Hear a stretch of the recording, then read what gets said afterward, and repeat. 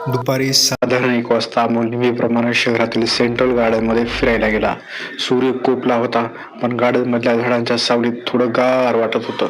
चालता चालता तो तलावाजवळ आला आणि त्याला एक विचित्र आवाज ऐकू आला.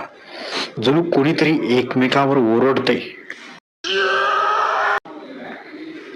इथून निघ, हे माझं ठिकाण आहे. तू मेल्यापासून सगळं विसरलायस वाटतं. अमोलनं इकडं तिकडं पाहिलं, पण जवळपास कोणीच नव्हतं. आवाज मात्र स्पष्ट ऐकू येत होता.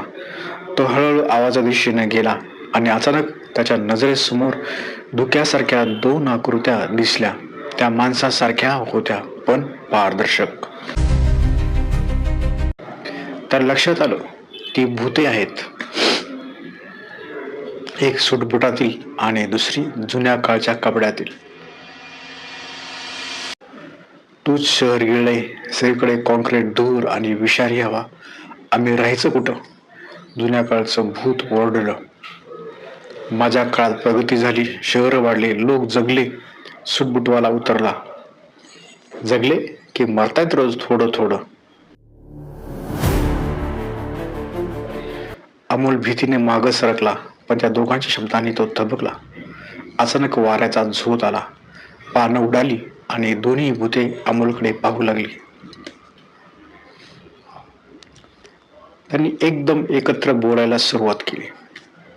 आमचं भांडण संपणार नाही जोपर्यंत तुमच्यासारखे जिवंत लोक झाडं तोडत राहतील, हवा प्रदूषित करत राहतील आणि पृथ्वीला दफन करत राहतील.